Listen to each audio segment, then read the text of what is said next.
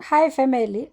Kukhona lo sisi athi mntase ndimamele isitori sakho mani apha ku-TikTok. Ndicela ukukufowunela ndinestori esithi masifane. Hayi ke sithethe ke nosisi uthi, heyi mntase ndiyasiva mani isitori sakho. Mna ke umyeni wam akatyi mali yam. Umyeni wam siyadibana apha, xa sidibanayo ndidibana naye uyidivosi. So ke ndifuna uyazi obviously uba udivose bekutheni. Hayi athethe inyani umyeni uba hayi ndidivose ndaye ndatshithela lo mfazi umfazi omdala, ndamtshithela nomnye umama otshatileyo, otshate nomnye umntu. So ke ngoku umama lo wathi xa i-find out uba utshitile lo tata waphuma emtshatweni lo mama, of which lo mama ayi-applaud lo mama decision wayithathayo, because once etshita always etshita. So ke lo mama wathatha i-decision waphuma emtshatweni. So lo tata ke ngoku lo mama atshite naye utshatile naye ndithi. So indoda yalaa mama yamxolela umfazi wayo yona, yabhatalisa lo tata alale nomfazi wayo. Wabhatala ke lo tata. Ngapha ulahlekelwe ngumtshato wakhe, ngaphaya kufuneka ebhatele uba ulale nomfazi womntu. So gqiba lo wamtshato wona waqhubeka. Hayi abuze kusisi uba ke ngoku wena xa uphendibana lo mama lona, don't you think amanzi mhlawumbi angaphinda ama phaa ke ama khona? Hayi asoze undidistroyile laa mntu, undigqibela umtshato wam. Sogqiba ndahlawuliswa stata from scratch. So nje asoze ndiphinde ndimjonge nomjonga. Hayi ke ingemnamsebenzi aqonda usisi, hayi ndizifumanele umntu ongenamntu mos apha, uyayibona. So ke bathandane kumnandi batshate. Kumnandi emtshatweni and le ndoda iyindoda ifana nale ndoda yam bendicacisa apha yondliwayo. Le ndoda is a very responsible man. Uthi banee-properties, ubhuti nje urayithi. As much as ubusisi ephangela naye but uyondliwa, uyasapotwa. Akakhali nganto when it comes to finances. Akakhali nganto when it comes to romance for all the years. The husband was a present father to abantwana babo, was a present husband to her. Ebe-supportive emotionally, financially, spiritually, guys. Ngayo yonke indlela ongayicinga. So for years,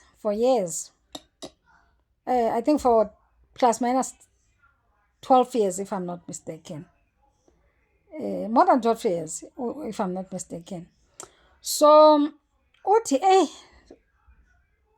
all of a sudden last year ndiyabona umyeni wam senee-calls aziphendulela in private, kanti ifowuni yakhe ibikade ndiyiphatha kungekho zimfihlo apha endlini. Uthi ndiyabona ke ngoku umyeni wam all of a sudden seneemfihlo, senee-calls ayoziphendulela ebathroom, into ezinjalo. Uthi hayi ke ndithule ndibona uba inoba kwenzeka ntoni. Hayi uthi ke ngenye imini hayi afowune caba umfowunele by mistake. Yazi uThixo xa efuna ukutyhilela, because uThixo uyakutyhilela sometimes umntu uma edlala ngawo, because umtshato guys is a union ebusiswe nguThixo. So umntu uma sedlala ngawe uThixo akutyhilela ube soyadisayida wena uba ufuna ukuhlala okanye ufuna uhamba na. So uthi ke ngoku ngenye imini vele imfanele nomyeni wakhe amfowunele by mistake, emxelela ngee-booking arrangements zokuyolala ehotela. Athi lo xa isabela, hayibo uthetha nonkosikazi wakho, yintoni na uthetha ngayo andiyi-understand. Kuthiwa vele ayidrophe ifowuni. So azixaba mhlawumbi wenza i-arrangement ye-surprise outing ayibambe apho. Uthi xa ibemsebenzini efika ekhaya abantwana bathi hayi utata upakishile mama wahamba, ubephethe ibhegi wahamba. Hayibo ibuye ingqondo uba laa call and then uhambile uziBrothers. Okay. Mind you ke uziBrothers uthe xa emfowunela lo nkosikazi wakhe wambiza ngegama lomnye umntu. So usisi ke ngoku aqonda uba ufrustrated afana ibrother yomyeni wakhe. Athi heyi kukwenzeke into ekanjena, undifowunela ndibiza kwathi ndingusibanibani. And then wabethetha nge-booking neentoni. Wakhala ubrother wakhe athi umfowethu ubuyelene nobanibani. asoze ayenze loo nto leyo, umntu wamdistroya ulaa hlobo. Guess what ke guys, le ndoda ibuyele kulaa mfazi utshatileyo nendoda yakhe naye. Lo wayemchithela umtshato wokuqala ubuyelene naye. Ndixelela ngale ndoda ke mna, ibuyelene nalo mfazi wayechithele umtshato wayo wokuqala, yena asahleliyo kowakhe umtshato. Heyi, hayi uthi laa mama ndatsho esofelweyo isikhalo because wesisayithetha mani le nto. Uyenza njani? Hayi, wazihlalela i-weekend yonke ke uzibrothers away. Wabuya, xa ibuya emkonfranta lona wathi ewe ndiphindele.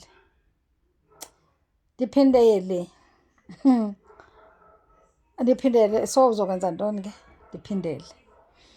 So hayi ale nto ke lo sisi aqamba ndizayithini into enjena. Uthi hayi ke ngoku ke into seyiwesi, ngoku iikhozi seziphendula phambi kwam. Andithi ndiyazi he no longer has anything to hide.